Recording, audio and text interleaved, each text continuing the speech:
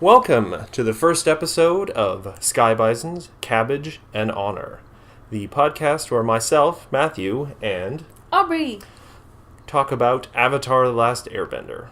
Specifically, our plan is to go through every episode of the original 3 seasons and share our thoughts and discuss what we liked, what we didn't like, and what we imagined the episodes could be.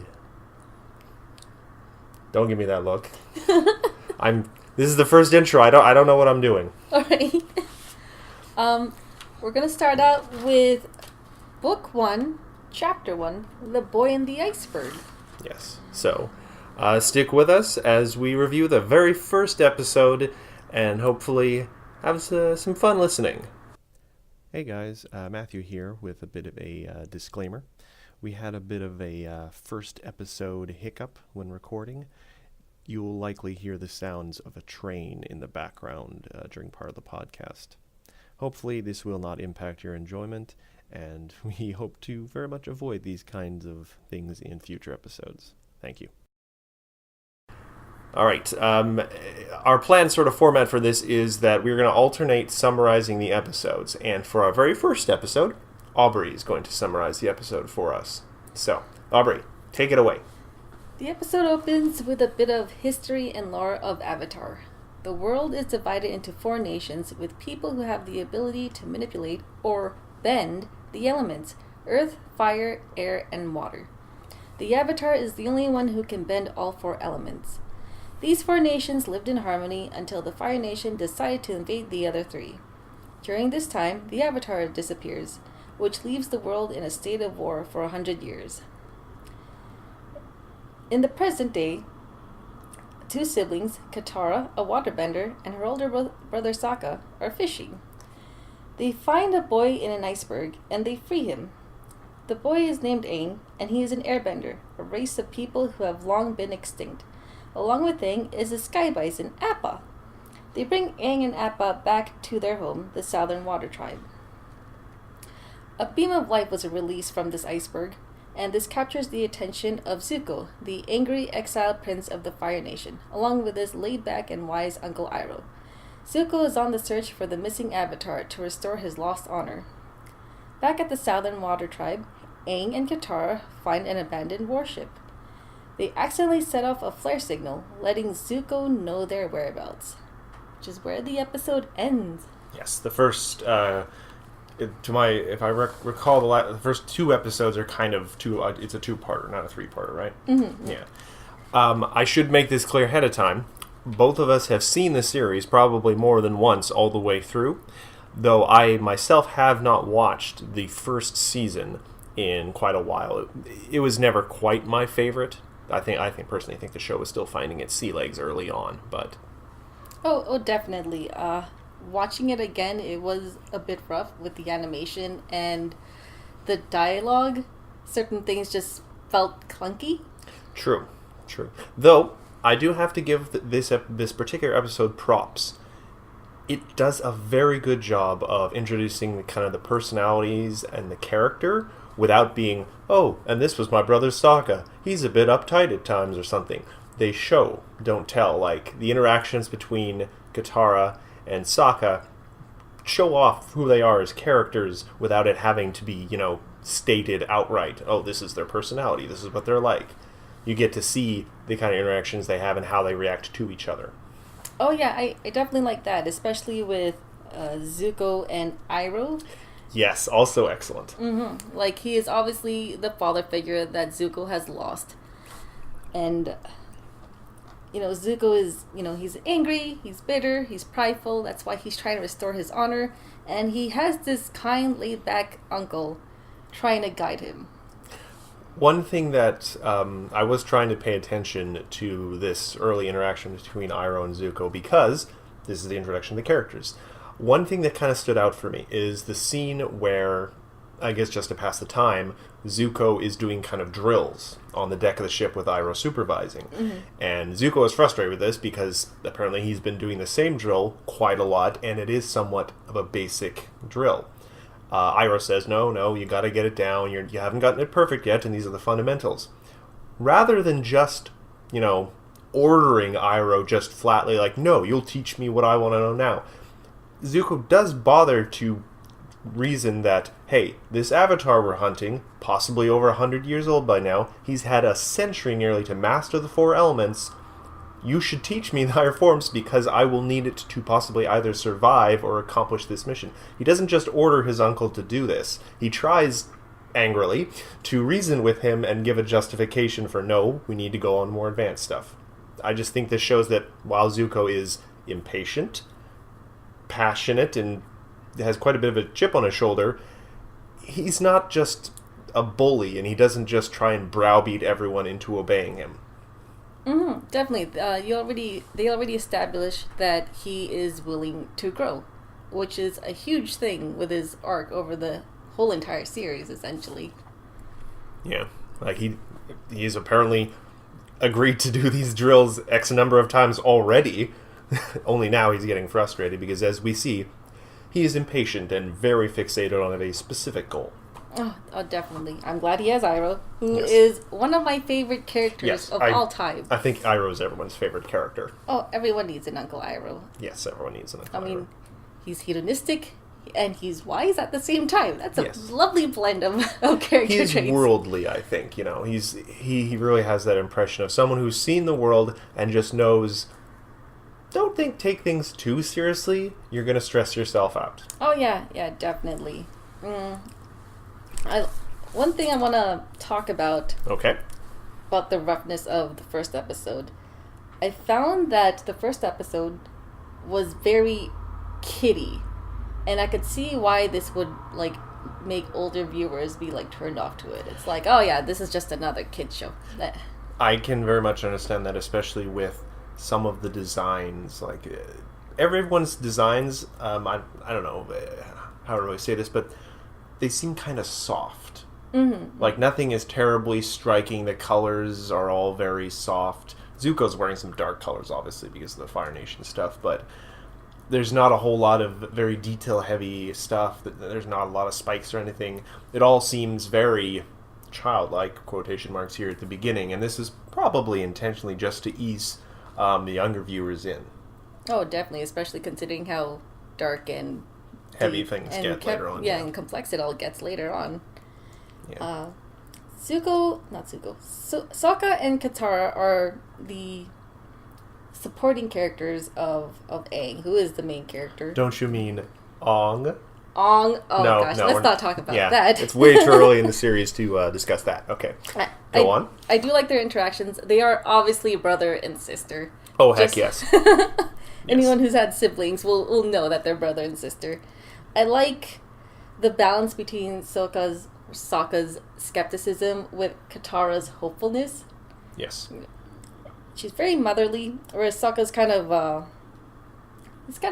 wouldn't say laid back, but definitely trying to find his place as the man of the family. Yeah, like, I think it is interesting the contrast just between these two siblings, who, not counting, obviously, the very old in the tribe, but of all the people left, they are seemingly the two oldest, and they have very kind of different views, it seems, on life at the moment. Like, Katara is looking kind of outside. She embraces this stranger, and, like, she wants to learn, she wants to, master this ability she has that seemingly no one else in the tribe does have at the moment. But Sokka is very focused on responsibilities of the here and now. He's the only man left. He has to be the warrior. He has to train these kids. He's got things to do here now. He's very inward looking right now, especially since he probably feels a great deal of responsibility.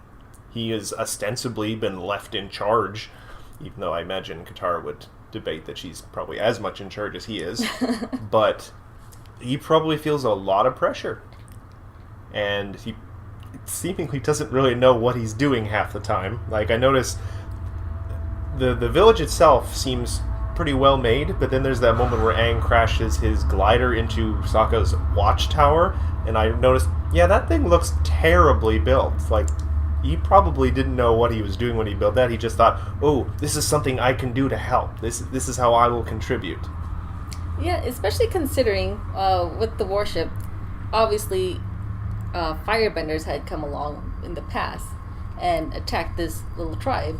So you'd think there would be more fortifications. Yes, and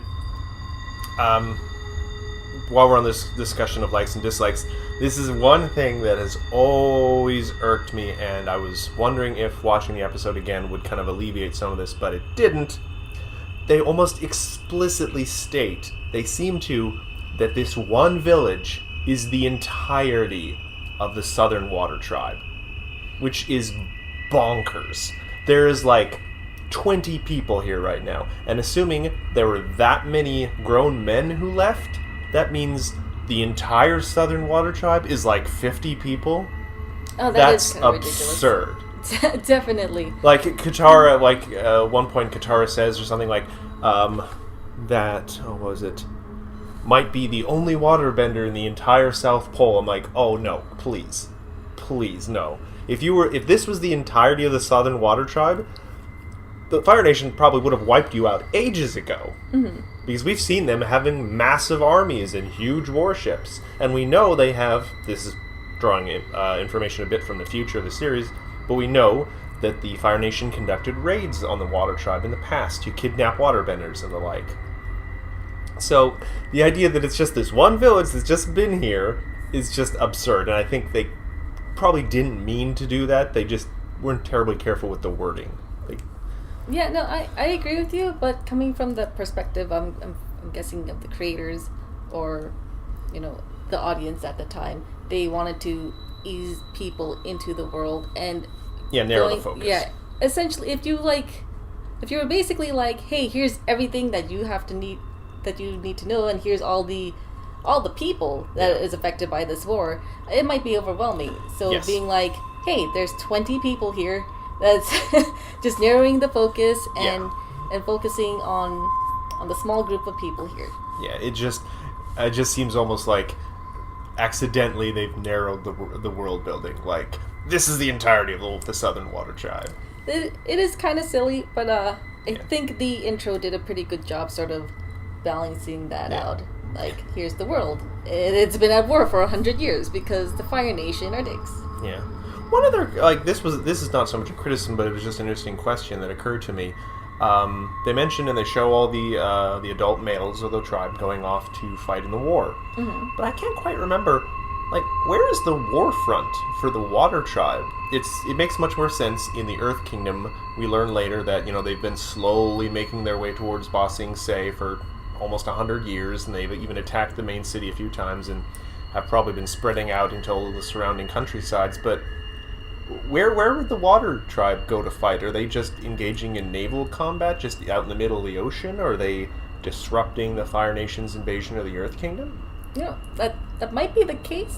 I'm not quite too sure. I remember there's the one episode where they meet with the friend of the father, and he kind of got left behind or something.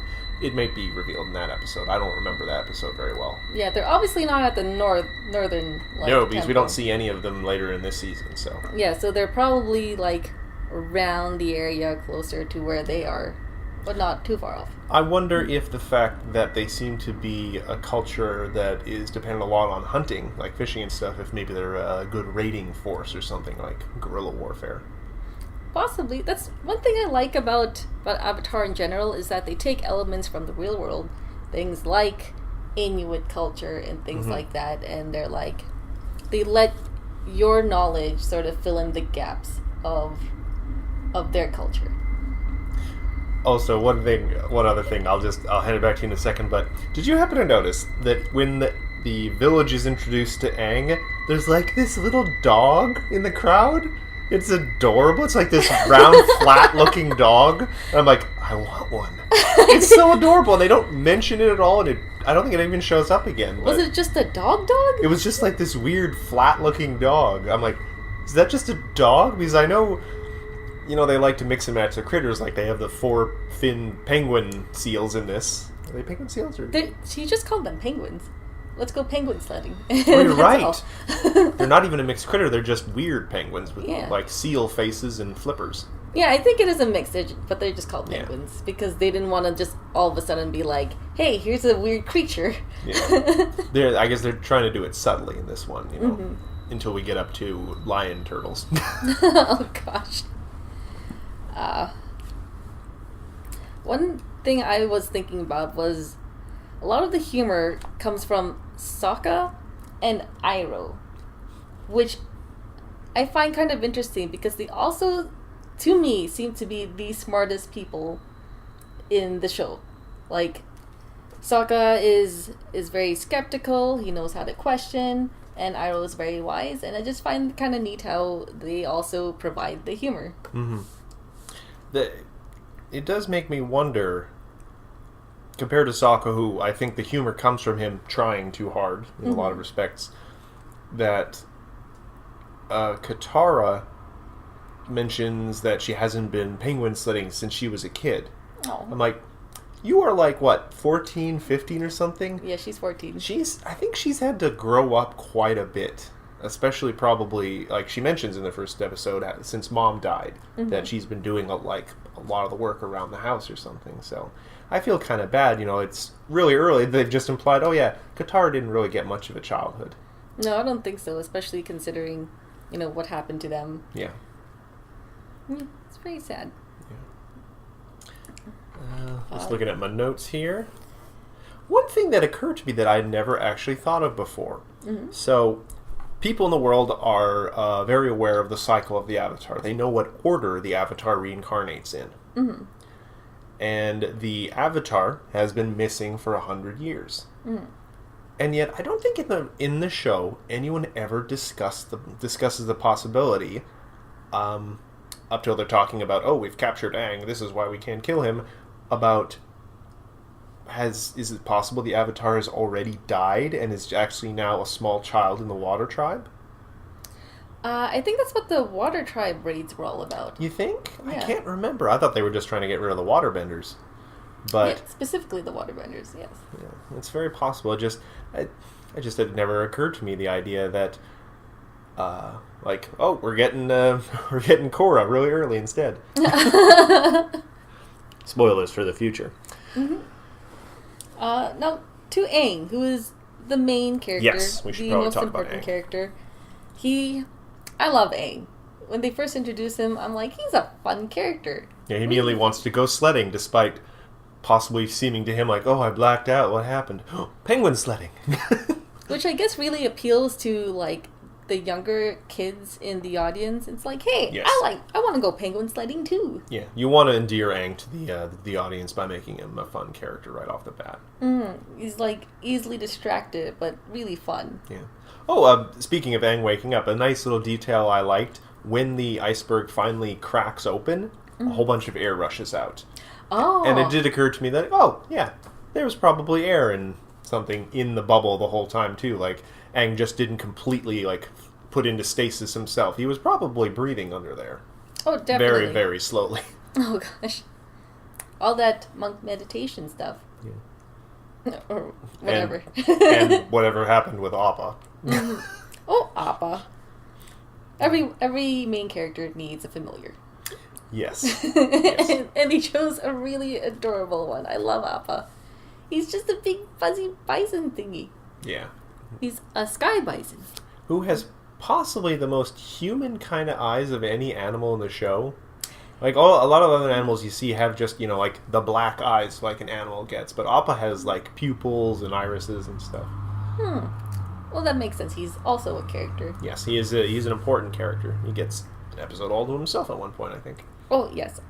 Spoilers. Yes, spoilers. We know a lot. And another thing about Aang. Knowing Aang, I kind of feel like I might be being a little unfair to him, but when they approach the ruined ship, Katara is like, no, we probably shouldn't go in there, and Aang, knowing that Katara wants to learn how to be a better bender, says, if you want to be a bender, you have to overcome fear. And I'm like, my initial thought was, that's a little manipulative of Aang. You know what she wants, you're playing on her desires to get her to do something you want. I mean, it's probably true that, fear will get in the way of almost anything, but just in that particular moment, it seemed like he was playing off her wants and desires. That might be the case. I think he just wanted to have fun. It's very true, and I don't think Aang would be the kind of person to do that, especially this early in the series before anything really has gotten serious. As far as he knows, especially before they go in the ship, before he has the revelation about how much time has passed, he doesn't really have much cares in the world. Oh, that's true. Especially considering the moment before he puts himself into stasis. He's kind of like, I'm running away. Well, spoilers. Yeah. And then he wakes up and he's like, he still thinks that... Yeah, he probably just had a rough night or something. Essentially, yeah. And then Katara explains, well, I think you've been in stasis for 100 years. Yeah. Which is kind of interesting, because, like, me, on a logical sense, wouldn't think, oh, you've been frozen for 100 years. Yeah, I mean, does this happen a lot? Yeah, we broke out a firebender from 200 years ago last week. He was in a big block of ice, bigger than yours.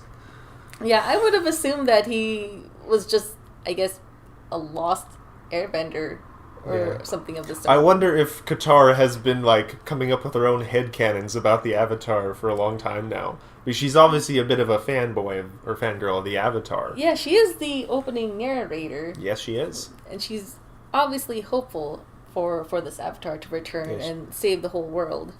Yeah, she believes the Avatar can save the world. Oh, gosh. Yeah, this slightly different intro, because it was the first episode, was a bit jarring for me. Right? I'm so used to the other one, it's ingrained in my mind. Oh, yeah, normally you have Aang looking off into the distance, and then you have, like, this empty space here. It was very noticeable, that empty space. It's like, oh. Something's missing. I've forgotten something, the knowing of which is everything. Also, him smacking into the rock. I missed that.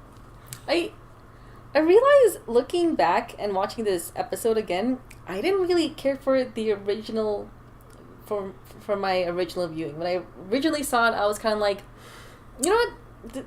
Maybe I'll go a few more episodes in, but I'm not completely, captured in. I was like in my early 20s at the time, though. So I probably not wasn't exactly really the target audience. Yeah, I wasn't part of the demographic, but I'm glad I stuck with it. Yeah, I will admit, my first intro to this series is a little hazy. I do remember one thing noticeably, and I actually take this to heart, that when I first heard, like, the name of the series, Avatar the Last Airbender, and maybe saw one, like, promotional image of Aang, I thought it looked like the dumbest show. I'm like, oh, this is some ridiculous, goofy kids show or something. Like, something that just screamed like Nickelodeon thing. Mm-hmm. This was before Nickelodeon became quite the name for good shows because of Avatar, so the Avatar stands amongst one of two series that I super prejudged and really came to regret it. You know, that's all right, because you got to watch it. Yes. And that you probably don't regret, because it's an amazing show. I do not regret it. It was a great show.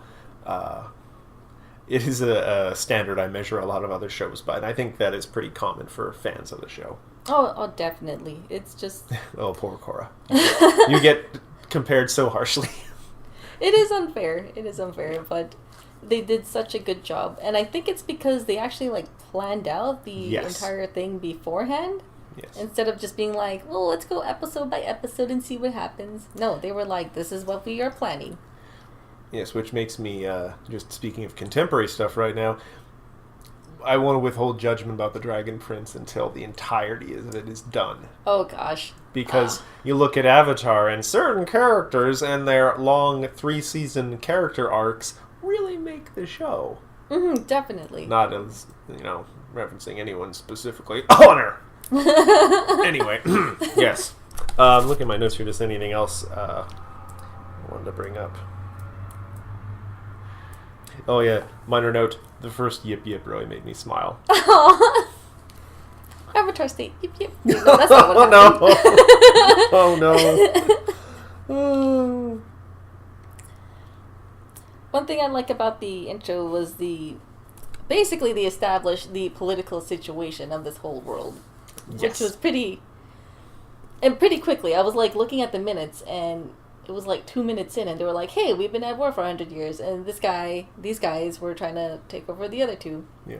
Mm-hmm. It's interesting and contrasting, too, because they start with what a lot of shows I think would maybe see as too much of an information dump right at the start. And it talks about this kind of global conflict, like the entire world is for all we know it. And then we zoom right down to two siblings fishing. You know, I think it just gives it more context. Oh yeah, well, I'm not saying it's a bad thing. I'm just saying it's interesting that they immediately establish the background and then zoom right on two just people fishing, you know. I do like that. Just so you have this whole world that you know about now in the back of your mind while you're watching these two. It puts it in context, certain things. I'm not sure if they made it obvious that he was the Avatar at the beginning, because at least the first time around. But like looking at it at this second, third viewing, I'm like, oh, well, yeah, of course he's the Avatar. Yeah. It's hard to say because it's hard to now go back and view it with completely untainted eyes. Like, oh, would I have known this guy was the Avatar? He seems like just a fun-loving kid. Though I'm guessing the last Airbender in the title. Yeah. They kind of tipped their hand on that. Thanks, guys. Though, to be fair, they show Roku in the opening for this one still, don't they? I think they do. So, first-time viewers aren't necessarily expecting that image not to be the Avatar, and Aang does not look like anything like Roku. Oh yeah, that's true. That's true. So, it could have been like, maybe people were expecting, oh, the Last Airbender is what is needed to find the Avatar, maybe. There's a lot of questions about the world are still to be unanswered about this, like from this episode. Like they talk about airbenders are extinct. Like, well, what does that mean? They don't actually mention in this episode that the Fire Nation wiped them out. Oh yeah. I think that comes up in like episode 3, maybe. Yeah, in episode 3. Yeah. Anything else you wanted specifically to mention? I like how they established the magic system. It's very simple. It's like these people are able to bend the elements. But not everyone can, because they're like, Katara can water bend, but Sokka can't. No. Do we see Iroh firebend? I can't remember actually now. Like he's instructing Zuko on like breathing and stuff, but I can't remember if he actually. Oh wait, doesn't he firebend from like just a quick punch? I think. I think so. Yeah, I'm 100% sure. Yeah.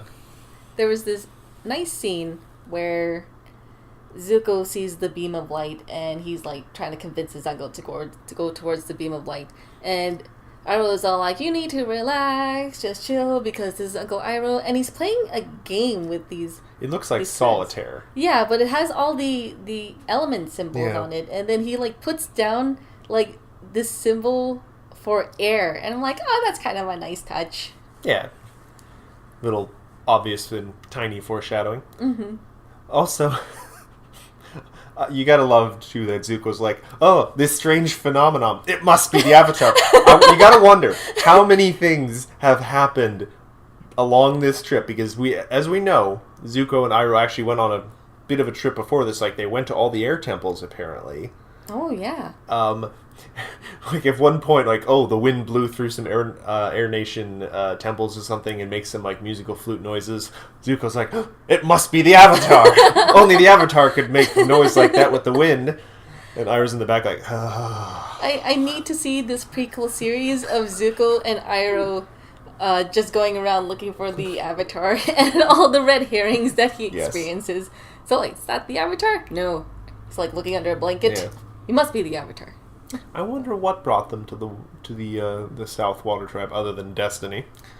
I'm guessing desperation. Probably. Though, since we do know that Aang goes to one of the Air Nation or Air Nomad temples in the 3rd episode, it's possible they were just there. Oh, that's true. And that's are, true. like, I don't know, going like, let's back around. Maybe the Avatar is at the first temple we visited. So, but ultimately unimportant to the story. But this is what we like doing. We like talking about the theories and what could have happened, even though it makes absolutely no difference to the plot. So, one question I have. Oh, yep. During the interaction between Sokka and Katara with Yes. her waterbending, Sokka thinks waterbending is weird, which I find strange because, like, he grew up where there were waterbenders. Well, how old was he when their mother was taken? Like, Katara was quite young. Like, Katara was about the age, I think, of one of those little kids that Sokka's training. Yeah, I'm guessing. And she's actually a little older, isn't she? She's 14 and he's 16. Oh, he's older? He's Okay. older. Yeah. Well, who knows? Like, as a man, possibly he was off doing training for warriors stuff while the benders were doing other stuff. That's one thing that bothered me. His blatant sexism. Not the fact that he's sexist, but they just were trying to really push it. It's not like, you're a girl, you have to do this, wash my socks. To be fair, he very limited exposure to any sort of like opposing viewpoint. Like, he's only lived in the tribe. He associates men with the warrior stuff. Not to mention the fact is, as I mentioned, he's probably got a lot of pressure on him, so he may be overcompensating. He's like, you know, the structure is how we will be effective, and the structure means men do the fighting, women do the other stuff. Which I find kind of strange because she's the one with the magical powers. Yeah, but as we've seen, her magical powers aren't exactly reliable, and thus he probably doesn't see it as anything useful. That's true. I do like that scene, though, where she was getting angry and she just cracks this gigantic thing of ice. It was beautiful. Yeah. It's always been interesting to me, too, that waterbenders, you know, we know they can manipulate water, but then they can also instantly turn it into ice. Mm-hmm, mm-hmm. It seems to me like we don't see metal benders later in the series. Sure, they can change metal around and stuff, but they don't, like, reduce it to liquid metal and then harden it again. Waterbenders seem to be the only of the benders who actually, like, not counting real firebenders because it's fire, control the temperature of what they're bending easily. Like, I suppose lava bending's a thing, but lava bending is not until Korra, and I have theories about that. Yeah, yeah. But it's just interesting to me that waterbenders have, like, control over the temperature of their element, which is kind of neat. Hot sand. I feel all the elements have sort of their, like, hacks type of bending. Yeah. Like, the little interesting subsets, too, like, water bending is for healing. Mm-hmm. Fire bending can apparently be internalized to keep yourself warm. Oh, yeah. That's kind of neat. Yeah. And how Toph sees. But we're getting ahead of ourselves, I guess. Yes, yes. Ooh. Anything else? Well, what else is there? Do we have any other notes? I have a lot of things just about how the scale of the size of the tribe was bothering me. Apparently that really bothered me according to my notes. Oh, one other thing I thought was pretty funny, just a little quick thought. After they set off the trap it's a trap, I guess, in the ship, Aang picks Katara up in his arms and then airbends them out. I'm like, okay, first of all, Aang, you're like 11 and you're picking up a 14-year-old girl just easily in your arms, and she's in like a heavy parka and stuff. You're pretty strong. He is the Avatar, by the way. Yes, but I don't think that incurs like physical strength necessarily. You kind of see him later on with his shirt off, and I don't want to talk about like 11-year-old boys with their shirts off. But he's quite muscular.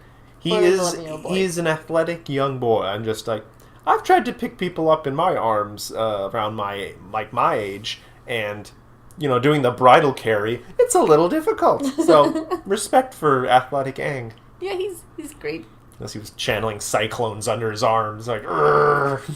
I like how he won over the tribe, essentially, where Sokka was like, oh no, everyone likes him. Stay skeptical. Skepticism. Which is my favorite thing about his character, because I appreciate healthy skepticism. Yes. Which I guess demonstrates his protectiveness as well, because he does obviously care about Katara. That's why he's just so like, stay away from the new person. Yes. He is a very practical person. Which I think it plays into why he was dismissive of the water bending, because he doesn't see it as useful at this point. She couldn't even catch a fish with it. Mm-hmm. Oh, also, he was dismissive of the whole airbending thing. It's like people haven't seen an airbender in 100 years, and you're just like, yeah. Well, Katara wants it to be true. Sokka needs it to be proven without a shadow of a doubt. Yeah, that's true. So, anything else? No, I can't really think of anything. Admittedly, this is just the first episode, and we're very new to this. We don't necessarily have the best structure for these reviews yet. Oh, yeah. But overall, how many cactuses would you give this episode out of 5?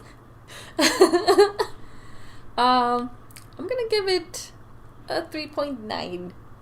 But you have to remember, I am saying this from the perspective of someone who's seen this series several times. 3.9. Yes. You couldn't go for an easy number. It's out of 5. No. That's not how I do.